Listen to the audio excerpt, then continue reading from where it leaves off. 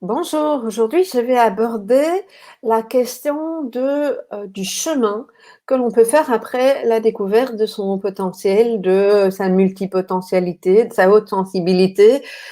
Qu'est-ce qu'on peut faire après? Quelle est la voie à poursuivre? Est-ce qu'il est important de se faire accompagner ou pas? Voilà, on va aborder aujourd'hui toutes ces questions. Bonjour et bienvenue dans cette nouvelle vidéo. Très heureuse de vous retrouver pour cette question qui est également régulièrement posée, qui revient très souvent sur le tapis. Vous savez que j'aime bien les expressions, pour me demander, mais qu'est-ce que je fais avec ça maintenant? Est-ce que tu as quelqu'un à me conseiller? Est-ce que je dois plutôt aller voir un coach, un thérapeute? Est-ce que c'est nécessaire? Est-ce que j'ai assez avec les lectures? Il y a plein de questions qui vous viennent parmi déjà les 150 000 autres questions que vous vous posez au moment de votre découverte. Alors, c'est important. Ce sont effectivement les questions que je me suis également posées, à savoir vers qui me tourner. Qu'est-ce que je fais avec ça maintenant? Parce qu'on peut, dans un premier temps, se sentir relativement seul.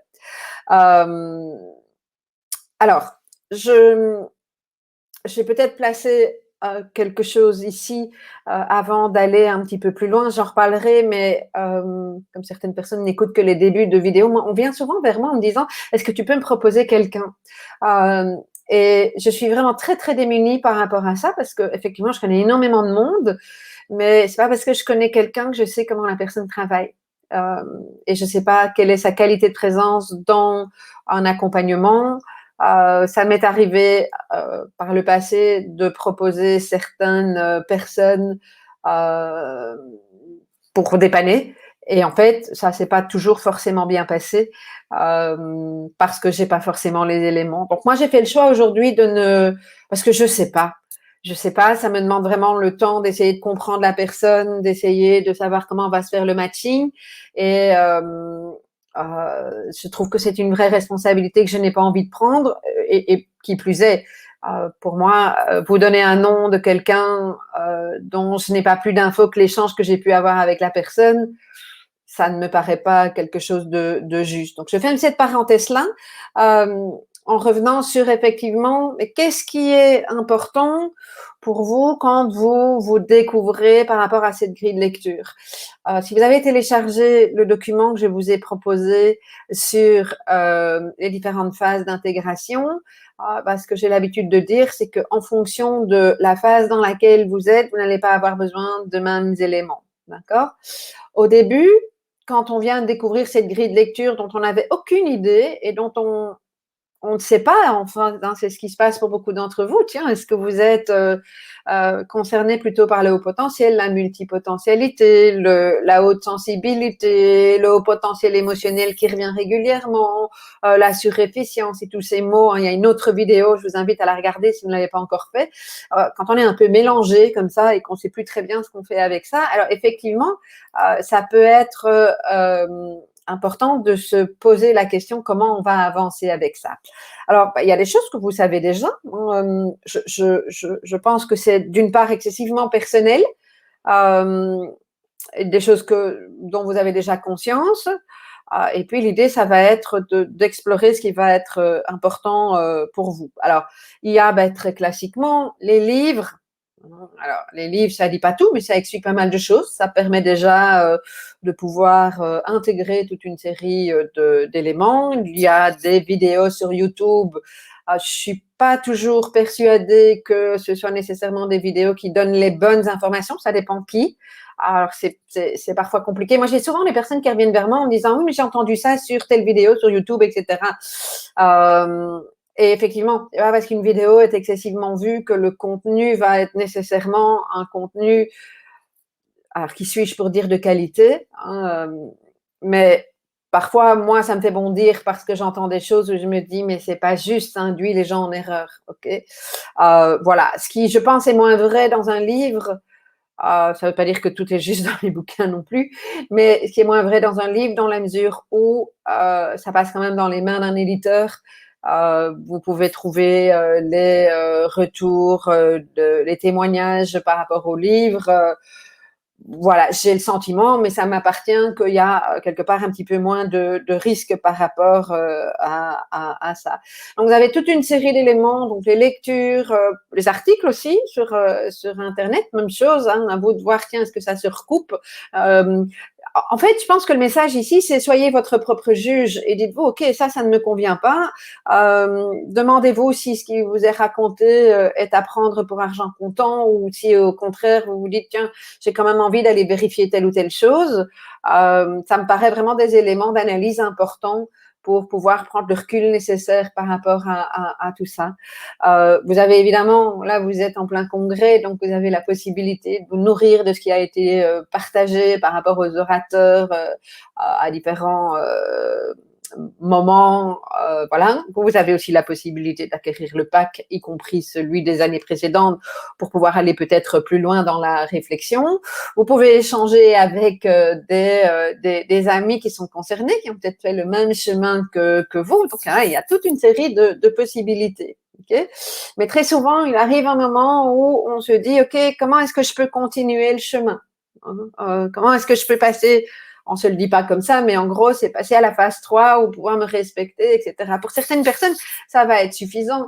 Par exemple, quand les personnes qui continuent le chemin avec nous grâce au PAC, on se réunit régulièrement, on peut échanger, répondre aux questions, il va y avoir un groupe Facebook et donc on peut continuer ce chemin comme ça. Pour certaines personnes, ça va être suffisant, pour d'autres, ça ne va pas être suffisant, elles vont avoir besoin d'un travail un petit peu plus personnel. Et c'est tout à fait OK, il n'y a pas à se dire « Ah, je vais y arriver tout seul » ou pas, c'est juste vous qui voyez.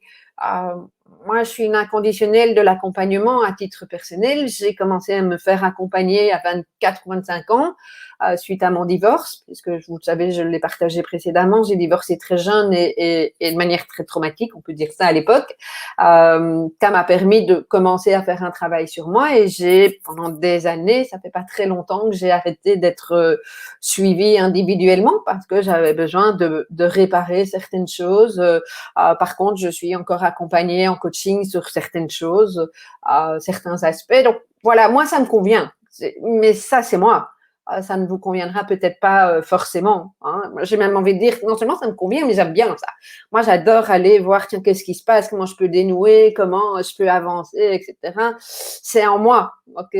Donc, c'est ce qui me permet aujourd'hui, je pense, d'avoir une posture et de vous transmettre toute une série de choses. C'est probablement le travail que j'ai fait et que j'ai encore à faire sur moi. Mais une fois de plus, c'est vraiment très, très personnel, y compris dans le choix de comment vous voulez avancer, avec qui vous voulez avancer et au rythme auquel vous allez avancer. Même si on peut avoir tendance à vouloir aller vite, c'est un processus qui prend le temps que ça doit prendre et qui va peut-être pas aussi vite que votre cerveau et que votre manière de mettre d'habitude les choses en place. Et une fois de plus, c'est tout à fait OK. Mais je pense que c'est important de prendre le temps de cette intégration. Très souvent, je dis, quand je parle de la phase 2, à partir du moment où on a découvert son haut potentiel ou sa multipotentialité, ou une fois de plus, la haute sensibilité, je dis souvent aux gens, et je vais mettre un bémol à ça, donnez-vous un an.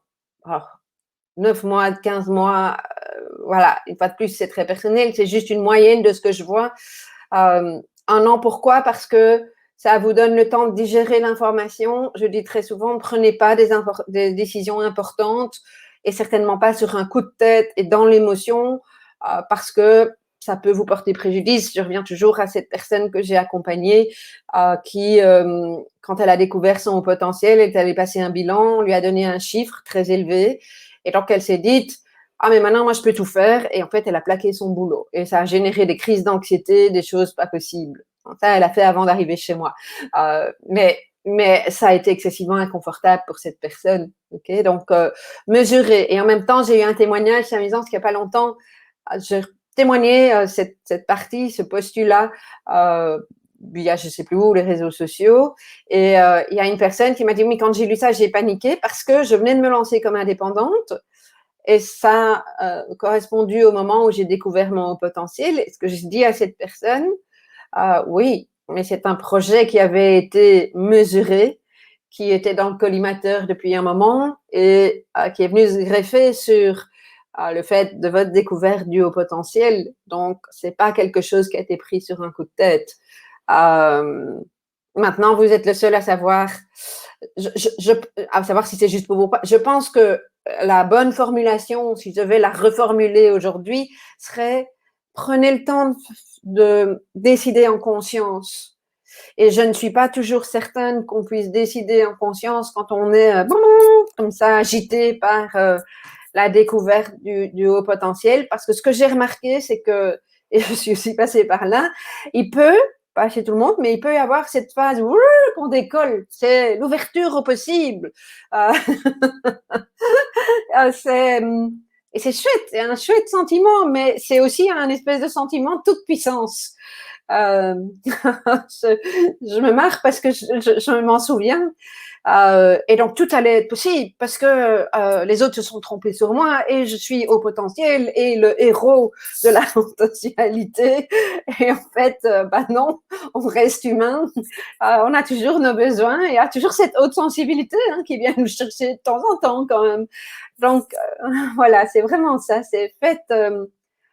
Posez vos choix, et j'utilise à escient le mot poser vos choix en conscience. Prenez le temps qui vous semble nécessaire et je pense qu'au plus vous vous connaissez et au plus donc la personne avec qui j'avais échangé, bah, si elle se connaît bien et que ça fait un moment qu'elle travaille sur elle, quand je dis travail sur elle, elle s'est peut-être fait accompagner, elle a commencé à dénouer toute une série de choses avec quelqu'un, ben oui, son choix, et d'ailleurs elle l'a confirmé, était tout à fait juste dans les 3 premiers mois. Hein, ce que moi je vous invite à éviter, c'est des réactions comme celle de cette personne dont je vous ai parlé juste avant, qui reçoit un chip, pense que tout va être possible et annonce à son employeur qu'elle part. Et en plus sans filet de sécurité, puisque ça veut dire qu'il y a pas de chômage, enfin en tout cas chez nous, quand vous partez de chez l'employeur sans justification, en tout cas. Donc ça fait partie du processus, oui, effectivement, dans lequel on peut se retrouver, d'accord? Donc je pense que pour répondre à la question de suite qui est mais est-ce que finalement on a besoin d'un accompagnement ou pas? Je crois que c'est vraiment important d'identifier de quel est votre besoin. Et en fonction de votre besoin, de savoir qui vous allez choisir. Si vous avez besoin de pouvoir échanger sur le fait que vous venez de vous découvrir et pouvoir avoir des réponses, vous n'avez pas forcément besoin d'être accompagné. Peut-être que dans votre entourage, il y a des personnes qui vont pouvoir jouer ce rôle-là. D'accord? Moi, perso, j'ai pas eu besoin, mais c'est pas vrai pour tout le monde, d'être accompagnée au moment de la découverte. Pas sur ça. Et donc, en fait, j'ai beaucoup écrit. Ça revient un peu à l'écriture vomitive dont a parlé Isabelle Barry, mais j'ai énormément écrit et c'était amusant parce qu'à l'époque, j'avais même fait une couverture de livre que j'avais envoyé à Fabrice Michaud puisque je l'ai partagé. Quelqu'un avec qui j'ai beaucoup échangé à ce moment-là. Lui, pour moi, il a été un point de référence. On a beaucoup partagé. À quelques moments, j'ai posé mes questions et il a été à l'écoute et il a répondu. Il y a eu d'autres personnes, dans des amis, etc. Et donc, voilà, c'est vraiment un morceau, un passage à ce moment-là. Après, il y a après le fait de comprendre, je dis souvent aussi, comprendre ne veut pas dire guérir. Et ça, parfois, je crois qu'on a tendance à confondre. Donc, comprendre, c'est important pour comprendre notre mode de fonctionnement, pour avoir cette nouvelle grille de lecture et pour pouvoir aller à la rencontre de nos besoins. Mais ça ne veut pas dire qu'on va réparer tout ce qu'on a à réparer. D'accord? Et donc, dans ce chemin, ce qui est intéressant de se poser comme question, c'est d'être capable, si émotionnellement il y a beaucoup de choses qui reviennent, comme par exemple, je n'ai pas été entendu, je n'ai pas été compris, ma famille ne veut pas entendre que je suis concernée par le haut potentiel et ça me fait excessivement souffrir. Et ça, c'est récurrent depuis pas mal d'années. Vous aurez probablement besoin de quelqu'un qui va vous accompagner au niveau thérapeutique. Si vous vous dites, moi, je voudrais déployer mon potentiel et je n'ose pas, bien sûr qu'il y a encore des blessures, parce qu'on en a encore tous, mais j'ai besoin de quelqu'un qui va m'aider à avancer dans mon projet parce que je vois pas clair, je n'arrive pas à canaliser. Vous allez peut-être avoir plus besoin d'un coach. Donc, voilà, il y a vraiment différentes postures. Alors, je reviens, il y a les amis, ne les oubliez pas. Peut-être que vous en avez, peut-être que vous n'en avez pas, mais allez voir aussi dans votre entourage qui sont les personnes. Vous pouvez avoir besoin d'un thérapeute ou d'un psychothérapeute plus spécifiquement, si vous sentez qu'il y a vraiment des choses lourdes à nettoyer, à libérer. Ça va être le travail d'un psychothérapeute. C'est vraiment cette notion de souffrance, okay, qui émerge et qu'on a envie de lâcher. Un coach, il va vous aider à vous reconnecter à vos ressources. Un psychothérapeute le fait aussi, bien entendu, et il va vous aider à avancer vers une situation future. Hein, c'est plutôt la définition du coach. Ça ne veut pas dire qu'il n'y a pas d'émotionnel dans un accompagnement en coaching. Ça peut parfois, si vous sentez vraiment que vous partez, que vous n'êtes pas loin de la dépression, que votre médecin vous renvoie, ça peut être intéressant de vous faire d'aller trouver un psychiatre. Ok, c'est un discours que je n'ai pas souvent, mais je ne veux pas éliminer cette partie-là. Ok, et si vous le faites, faites-le avec un psychiatre qui a la connaissance de qui peut entendre ce que c'est que le haut potentiel. Ça me paraît vraiment essentiel. Mais il y a des moments où on est loin et ça peut être important de se faire accompagner sur cet aspect-là des choses. Il peut y avoir des groupes de parole en ligne ou en présentiel. Voilà, ce sont les différents aspects. Mais c'est vraiment à vous à ressentir ce dont vous avez besoin et de effectivement trouver la personne adéquate. Une fois que vous avez identifié, ben voilà, par exemple, j'allais chez un coach ou un psychothérapeute, identifier quels sont le type d'accompagnement, et peut-être que vous ne le savez pas, c'est pour ça aussi que je fais cette vidéo, le type d'accompagnement, par exemple, en coaching, est-ce que vous voulez quelque chose de plutôt créatif? Hier, on a eu le partage de Sandrine qui nous expliquait qu'elle avait envie d'accompagner, si elle se lance dans l'accompagnement, à travers l'art-thérapie. Il y a quelque chose qu'on sentait très, très fort chez elle et il y a effectivement toute une série de personnes qui travaillent avec différentes techniques, différents moyens d'expression. Je pense que c'est ça qui est intéressant. Parce que l'accompagnant a différents outils dans sa palette. C'est la même chose au niveau de la thérapie. Il y a différents types de thérapie, thérapie systémique, basée sur la personne, et énergétique avec des méthodes comme le l'EFT dont je vous ai parlé. Il peut y avoir les thérapeutes qui font des mélanges de tout ça. Et voilà, ok. Est-ce que vous avez besoin de travailler sur le corps? Ce sont toutes des questions à vous poser quand vous allez faire votre recherche. Okay, ça ne veut pas dire que vous allez tout trouver chez la même personne, mais en tout cas, posez-vous la question. Moi, par exemple, au moment de mes premiers accompagnements, j'avais juste besoin de parler. J'avais même pas imaginé autre chose. J'étais tellement coupée de ma tête et mon corps n'allaient pas ensemble que c'était même pas la peine d'imaginer ça, d'imaginer travailler sur le corps, pardon. Et donc, pour moi, c'était très classiquement avec quelqu'un qui m'écoutait, qui me posait une question tous les quarts d'heure et moi, je m'entendais parler. Ça m'a fait du bien à l'époque. Aujourd'hui, c'est plus du tout ce dont j'ai besoin. Aujourd'hui, je peux pas envisager enfin, c'est pas vrai que je peux pas alors, ça dépend quel type d'accompagnement, mais ça serait un accompagnement thérapeutique. Moi, aujourd'hui, je ne l'envisage plus qu'à travers le corps. Pour moi, aujourd'hui. Peut-être que dans 5 ans, je vous dis autre chose. Je sais pas. Mais aujourd'hui, c'est là. Donc, soyez en recherche, voyez et testez aussi. Je pense que ça, c'est important. Que vous dire d'autre par rapport à un accompagnement? Oui, il y a effectivement ce que vous recherchez. Oui, c'est Catherine Bénard-Perron qui disait dans une interview, ou en tout cas pendant le question-réponse, qu'on sait aussi qu'elle dit 15%, moi j'ai entendu 10%, mais de toute façon, ça se rejoint vraiment de très très près, c'est que l'outil qui est utilisé ne représente que 10 à 15% de la, entre guillemets, réussite d'un accompagnement. À mon sens, ce qui est essentiel dans un accompagnement, c'est la posture de l'accompagnant qui va créer une alliance thérapeutique avec vous. Alors, on dit thérapeutique, mais pour moi, elle a sa place dans le coaching également. Donc, quand vous choisissez un professionnel, et je dirais pas uniquement par rapport à ce qui nous occupe là au niveau de la douance, hein, c'est C'est même vrai pour moi aujourd'hui quand je choisis un médecin, un dentiste, la personne qui va me masser. Je suis Alors, il y a des aspects qui peuvent pas s'intégrer là-dedans dans ce que je vais vous dire, mais je suis excessivement attentive à la posture de la personne. C'est vraiment important.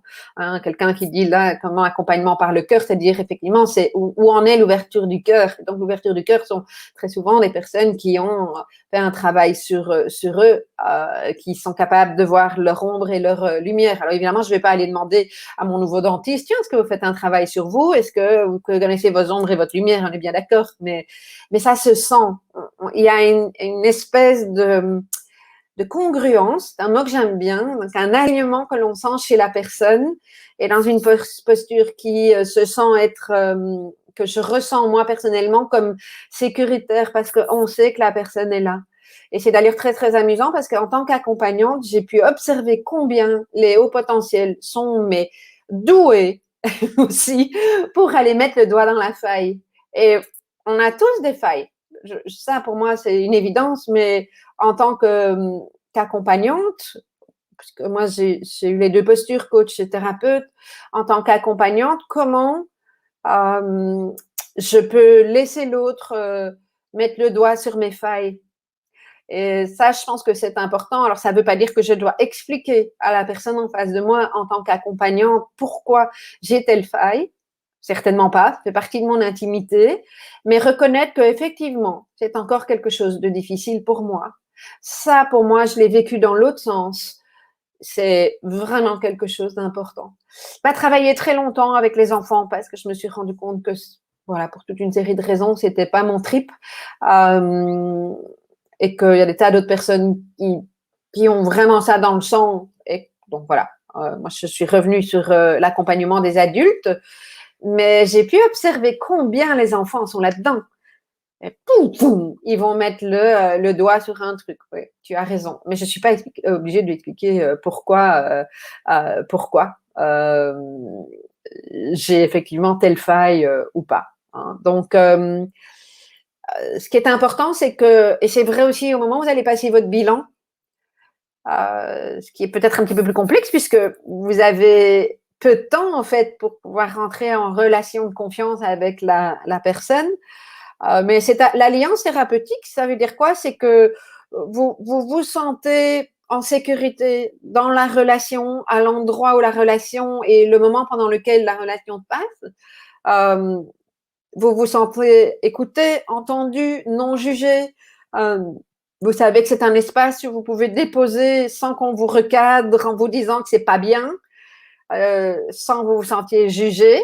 Et donc, ça demande à la personne en face de vous d'avoir cette capacité dans sa posture de, si jamais ça vient chercher quelque chose chez elle, parce que quand on vous juge, en fait, hein, quand on nous juge ou quand nous jugeons, c'est pas par rapport à l'autre, c'est un truc qui vient de chez nous, ok? Et donc, dans notre posture d'accompagnant, d'avoir cette capacité de laisser ça de côté si ça émerge. Quoiqu'aujourd'hui, je pense qu'on peut se préparer aussi avant une séance et être dans une posture où on peut vraiment avoir l'ouverture du cœur et la question du jugement ne se pose pas parce que quand on est centré dans une séance, on observe et on est dans le lien. Voilà, c'est ce que je peux constater aujourd'hui hein, dans ma pratique. Mais donc, et c'est vrai pour je vois dans le chat, hein, c'est vrai pour les médecins aussi. Est-ce que votre médecin vous écoute? Moi, je ne veux pas, sauf quand j'ai vraiment besoin d'une ordonnance et que je ne veux pas faire autrement, mais je ne veux pas aller chez un médecin où en 10 minutes, c'est bon, suivant. Non, je suis même prête à payer 2 séances s'il faut. Alors, j'ai le privilège d'avoir les moyens de le faire. Et parce que je ne dois pas souvent aller chez le médecin aussi, mais c'est important. C'est pour moi vraiment important. Et c'est ça qui est douloureux pour beaucoup de médecins aujourd'hui. Je travaille avec pas mal beaucoup de médecins dans mon entourage qui me disent combien c'est difficile cette pression du temps quand effectivement ils sont dans la présence et qu'ils ne veulent pas être dans la rentabilité, mais ils veulent être dans le soin. Hein, donc, si certains médecins ou en tout cas soignants, hein, parce que c'est pas que les médecins m'entendent, je suis vraiment de tout cœur avec vous. J'entends bien combien c'est challengeant. Et malheureusement, toute une série d'entre eux qui sont là-dedans quittent le métier parce que ils n'ont plus les moyens de le faire comme ils veulent. Ça, c'est un autre débat. Je digresse, je reviens à ce qui est important. Donc, quand vous êtes en train de choisir ou dans... Moi, je pense que c'est OK de faire un test en coaching. Quand je travaillais encore en individuel, je disais toujours à la personne, on fait une première séance, hein, parce que beaucoup de coachs font des contrats. Hein, c'est en général comme ça qu'on amène le coaching. C'est moins vrai en thérapie. Enfin, c'est pas comme ça en thérapie, mais je propose toujours à la personne de faire une première séance pour voir si ça passe et si elle se sent à l'aise. Si elle ne se sent pas à l'aise, donc moi je vous dis la même chose. Vous voyez, tiens, est-ce que lors de la première séance, vous vous êtes senti entendu, écouté, ou premier appel, est-ce qu'il y a eu de l'espace pour vous? Est-ce que vous avez l'impression que les valeurs, pour que vous ayez fait un travail sur vos valeurs ont été respectées, vous vous retrouvez sur les mêmes valeurs? Est-ce que vous êtes à l'aise avec cette personne? Et pour moi, cette alliance thérapeutique, elle est validée quand il y a deux éléments. Le premier, ça va être, est-ce que je me sens apaisée à la fin d'une séance? Il peut parfois y avoir, pas l'apaisement, mais c'est pour une autre cause. Mais est-ce que, en tout cas dans les premières séances, est-ce que je me sens globalement apaisée et donc en sécurité avec cette personne quand je lui confie des choses que je n'ai peut-être pas confiées à d'autres? Et un indicateur pour moi, c'est aussi, à telle personne, j'ai dit des choses que je n'ai jamais dites à d'autres. J'ai osé le dire et ça n'a finalement pas été aussi compliqué. Ou ça a été compliqué, mais je me suis sentie vraiment entendue, accueillie dans ce que j'avais à sortir de honteux pour moi. Ça, quand on en est là, il y a vraiment une belle alliance thérapeutique qui s'est créée. Et ça me semble vraiment important. Donc voilà, est-ce que je me sens en sécurité? Je n'ai pas peur que je rappelle un élément essentiel, parce que je l'ai vécu moi dans l'autre sens. Un accompagnant, il s'engage à la confidentialité. Donc, moi, j'ai souvent dit aux personnes que j'accompagnais, écoutez, si je vous vois dans une conférence, ne le prenez pas mal, mais, alors ça c'est sur Bruxelles évidemment, mais ne le prenez pas mal, mais je ne vais pas spontanément vous dire bonjour, parce que je ne veux pas vous mettre dans l'embarras. Donc, par contre, si vous venez vers moi, pas de souci. Ça s'est passé un jour dans un, dans un mariage. J'étais à milieu d'imaginer que la sœur du marié, puisque j'étais invitée par la maman de la mariée, qui est une de mes grandes amies, un milieu d'imaginer que la sœur du marié serait là, puisque j'avais pas fait le lien. Et en fait, la sœur en question était une de mes patientes, donc elle était challengeante. Puis à un moment donné, elle est venue vers moi et elle me dit ah maman, je te présente machin. Donc voilà, mais c'est depuis lors que je cadre ça avec les personnes que j'accompagne parce que j'ai pas envie de mettre qui que ce soit mal à l'aise. Et si parfois on se retrouve un petit peu dans quelque chose de ouais, qui peut être embêtant, voilà, qui demande vraiment de revenir à soi. Mais ça, c'est l'aspect de la confidentialité. Donc, voilà, je reviens à la confidentialité. Il n'y a personne qui est censé savoir que vous allez chez telle ou telle personne, si, en tout cas, pas à travers, via votre thérapeute, votre coach, etc. Et vous voyez, quand en fait, on donne des témoignages, c'est parce que moi, j'ai des témoignages sur mon site, c'est parce que j'ai eu l'autorisation de le faire de la personne. OK? Ça, c'est super important, quoi. Donc,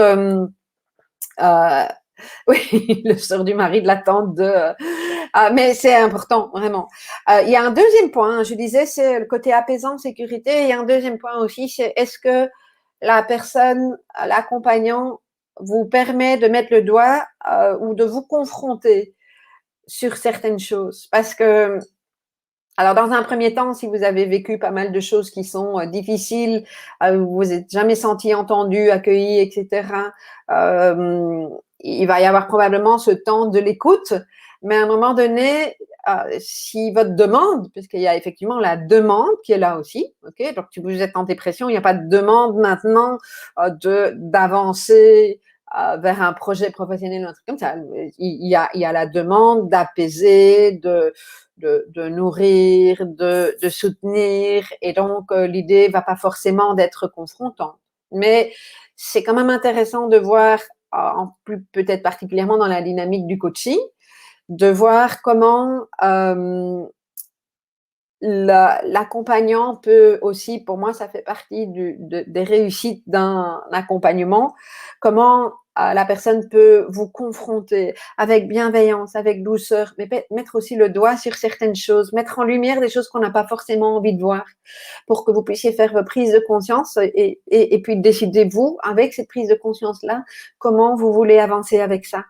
Et donc, l'idée d'un accompagnant, c'est pas de vous dire ce que vous devez faire. Oui, si vous allez voir un médecin, il va vous dire que telle ou telle chose, et encore, vous avez encore, vous, votre libre arbitre pour dire, OK, je suis OK avec ça ou pas.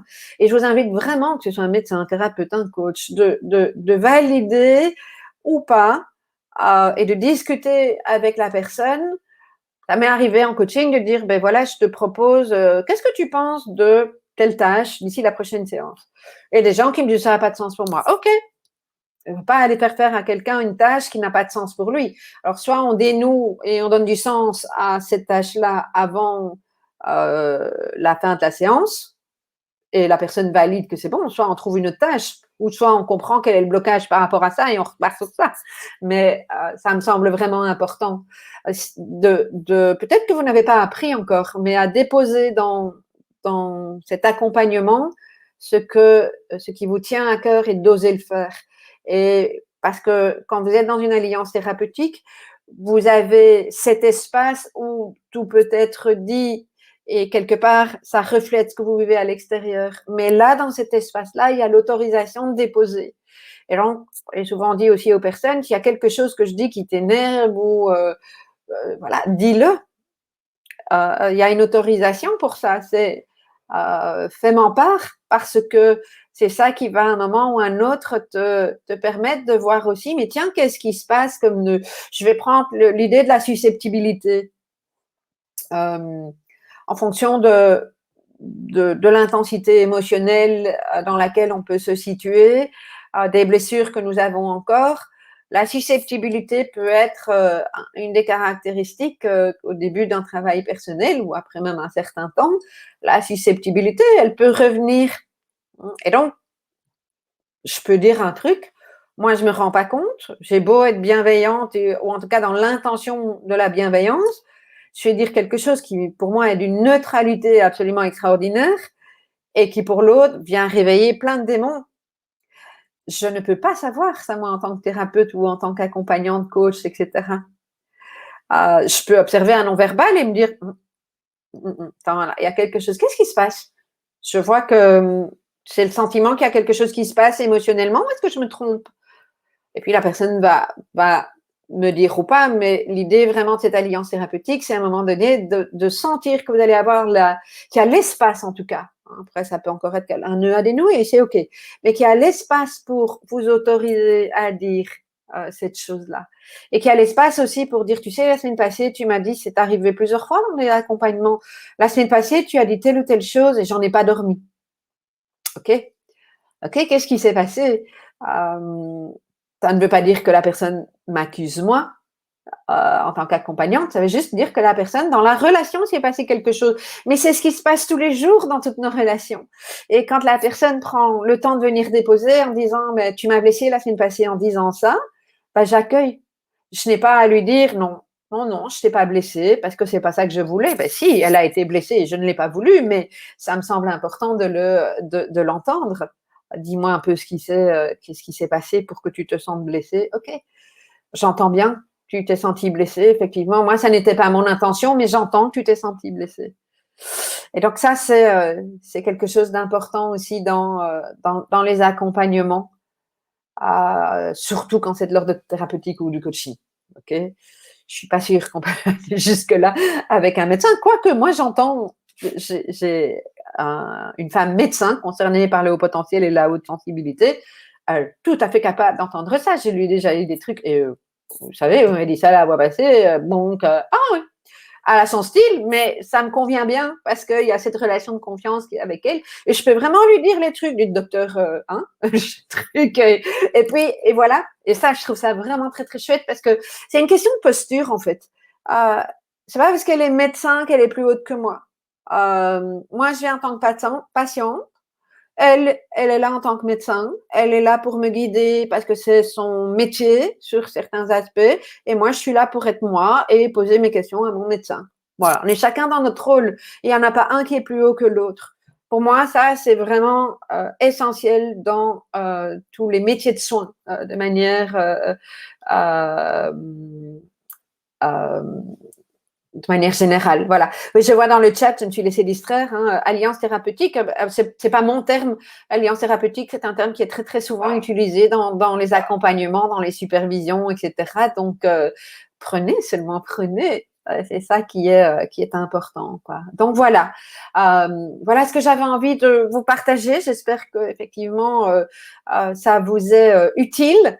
Je regarde dans le chat que vous avez. Oui, alors quelqu'un dit effectivement, donnez-vous le droit d'arrêter. Tout à fait. Merci de me rappeler ça. C'est pas parce que vous avez démarré quelque chose que vous êtes obligé de continuer. Enfin, je remets ça dans le cadre, je précise. C'est pas parce que vous avez démarré un accompagnement que vous êtes obligé de le continuer. Par contre, je vous invite vraiment à clarifier, parce que moi, j'ai quand même vu très souvent des gens qui sont dans la fuite soit une fois qu'on vient pointer le truc qui fait mal là, et qui confronte, bah oui, mais à un moment donné, si on veut avancer, ça peut être intéressant. Caroline Gauthier nous en a parlé magnifiquement bien hier, d'aller chercher, pas rester en surface, de creuser. Ça. Moi, je dis, si je suis la personne que je suis aujourd'hui, c'est parce que j'ai vraiment pris le temps de creuser. Je peux vous dire qu'il y a des moments où j'ai dégusté, mais qu'est-ce que je suis contente de l'avoir fait.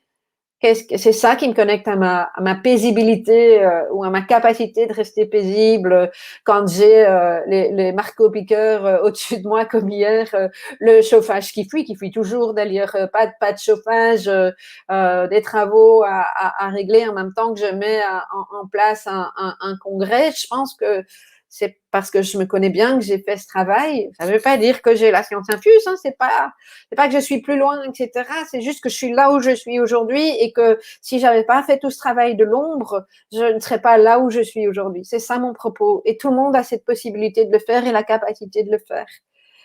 Et tout le monde décide si c'est juste pour lui ou pas. Hein, mais ça me semble vraiment très, très, très important, quoi. Voilà. Hein, nos blessures. Et puis, je pense très particulièrement qu'en tant qu'au potentiel, c'est ça qui fait la richesse, je trouve, du lien aussi, mais c'est ça qui peut le rendre douloureux quand on est entre nous. C'est à la fois de voir très très clair sur ce qui se passe par rapport à l'autre, d'observer les failles avec bienveillance de l'autre. On en a tous une fois de plus. Et parfois de vouloir mettre le doigt et d'aller dire. Et quand on est dans sa casquette de sauveur, de pointer, si, machin, mais c'est pas juste, parce qu'en fait, ça parle pas de l'autre, ça parle de nous, en fait. Et donc, ça peut être compliqué, parce que si de l'autre côté, il y a de la fragilité, de la vulnérabilité non assumée, parce qu'on en a tous de la fragilité, on en a tous de la vulnérabilité. Moi, j'ai beaucoup aimé cette phrase de Rémi Tremblay, c'est parce qu'elle est fragile que la vie est belle. C'est le mot belle qu'il a utilisé. Ah, ça me touche tellement cette phrase-là. Et oui, que la vie est précieuse. C'est parce qu'elle est fragile que la vie est précieuse. Moi, ça m'a bouleversée quand il a dit ça. Alors, il y avait aussi un message pour moi, donc ça vient vraiment me toucher. Mais oui, on est tous précieux, comme de la porcelaine. Et donc fragile, mais beau. Et nous accueillir là-dedans, c'est tellement important. Et donc, oui, c'est ça, et dans les interactions, parfois, c'est tellement facile d'aller dire à l'autre qui ne va pas, ce qu'on voit, etc. Mais l'autre n'est peut-être pas prêt à l'entendre. Donc, demandez s'il est prêt à l'être également. Bon, je sors un petit peu du sujet, mais ça me semblait une manière importante de boucler ça.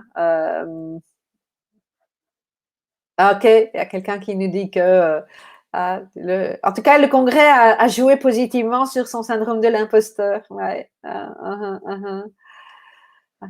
Et si c'est un lien, ok.